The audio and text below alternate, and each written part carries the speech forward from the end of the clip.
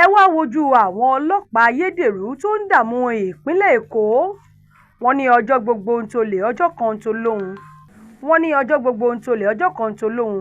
Bẹ́ẹ̀ kò sí bí irọ́ ṣe lè fi 20 ọdún sáré tó, ó di dandan kí òótọ́ bá a lọ́jọ́ kan ni. Ọwọ́ pálábá àwọn kọ̀ǹda tí wọ́n fi iṣẹ́ ọlọ́pàá parọ́ gbowó lọ́wọ́ àwọn èèyàn tí wọ́n tún fi ń tan àwọn èèyàn jẹ lọ́wọ́ wọn ti ségi báyìí. Ṣùgbọ́n tí wọ́n jẹ́ ayédèrú ọlọ́pàá, àwọn kọ̀lọ̀rọ̀sí ẹ̀dá ọmọ ọ̀sán tó ń kó pópó báyà rẹ̀ ọ̀hún lọ́wọ́ tẹ̀ ní ìpínlẹ̀ Èkó, níbi tí wọ́n ti ń lọ́ àwọn èèyàn lọ́wọ́ gbà láti gbowó tí wọ́n sì ń pe ara wọn ní agbófinró láìmọ̀ pé agbófinṣọ́lẹ̀ ni wọ́n, pẹ̀lú aṣọ ọlọ́pàá lọ́rùn.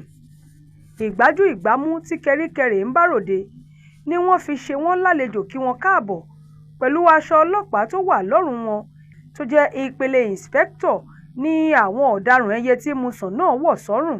Yàtọ̀ sí èyí, wọ́n tún rí ìbọn gbà lọ́wọ́ wọn tí wọ́n ń lò láti fi ṣiṣẹ́, tí wọ́n sì ń fi ara wọn hàn gẹ́gẹ́ bí ọlọ́pàá táwọn èèyàn mọ̀ pé ayédèrú ọlọ́pàá ni wọ́n.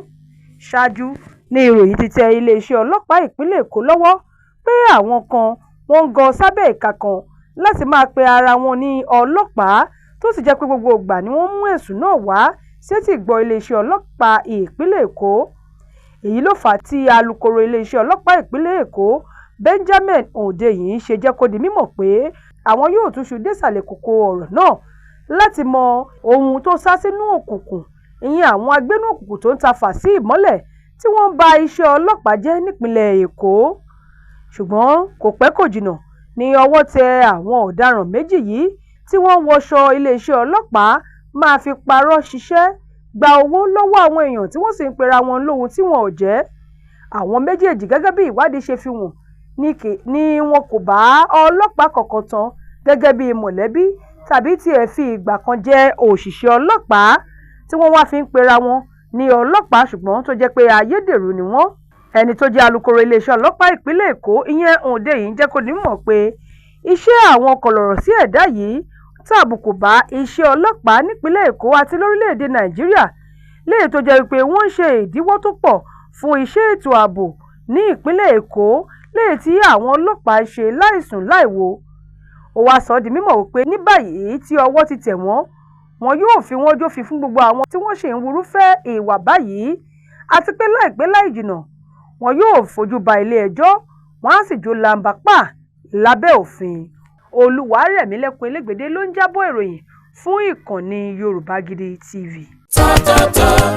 Top Farm Foods, àwọn oúnjẹ tiwantiwa aṣaralóore. Top Farm Foods ń ṣaralóore. Yam flour, ìyẹ̀fun iṣu gidi. Unripe plantain flour, èlùbọ́ ọ̀gẹ̀dẹ̀ àgbagbà. Beans flour, èrè gbẹrẹfun. Rice flour, ìrẹsì oníyẹ̀fun tá a fi ń ro túwó. Yellow pap, ògì pupa onígbẹrẹfun. Gàrí Ìjẹ̀bú tó kan dáadáa, tó fi dórí smoked catfish. Ẹja àrọ̀ gbígbẹ. Lábẹ́ ìmọ́tótó ni Top Farm ṣe gbogbo ẹ̀. Ó sì ṣe déédéé ibikíbi lágbàáyé. Ló níwọ̀n jí wọn 1 kg, 2 kg, 5 kg. Top Farm Foods, wọ́n wuyì wọ́n gbayì. Tún tí òun tẹ NAFDAC lára wọn. Bẹ́ẹ̀ sì ni 100% natural la ṣe gbogbo ẹ̀ jáde láti iléeṣẹ́ Top Farm Foods, sókàlẹ̀ sí Industrial Development Center IDC Ìbèṣì Road, Ìkòròdú, Lagos, Nàìjíríà. À ń wá alágbàtà jákèjádò orílẹ̀-èdè Nàìjíríà tó fi dórí àwọn African stores, ilé ìtajà oúnjẹ ilẹ̀ wa lókè òkun. Ẹ pè 0706 216 6771 tàbí 0802 721 0222. Website www.tff.com.ng. Top Farm Foods. Think food. Think us.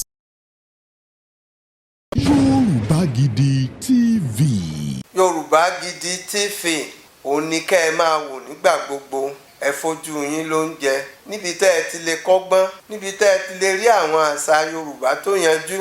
Yorùbá Gidi TV òun ló mú ètò rere wálé ayé, níbi tẹ́ ẹ gbé fẹ́ kọ́gbọ́n, níbi tẹ́ ẹ gbé fẹ́ kọrin. Yorùbá Gidi TV òun ló ń pè yín kẹ́ ẹ máa wò nígbà gbogbo. Yorùbá Gidi TV.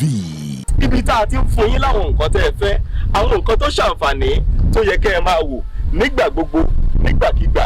Ìbẹ̀lẹ̀ wà yìí máa subscribe sí, tẹ subscribe sí. Yorùbá Gidi TV.